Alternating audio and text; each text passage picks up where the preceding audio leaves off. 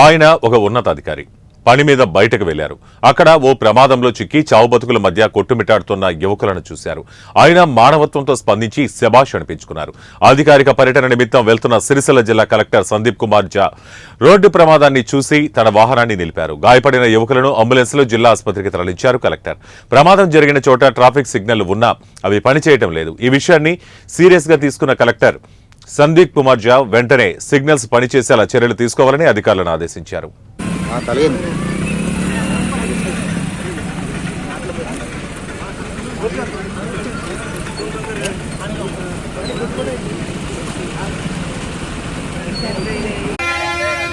కేంద్ర బీజేపీ ప్రభుత్వం పెంచిన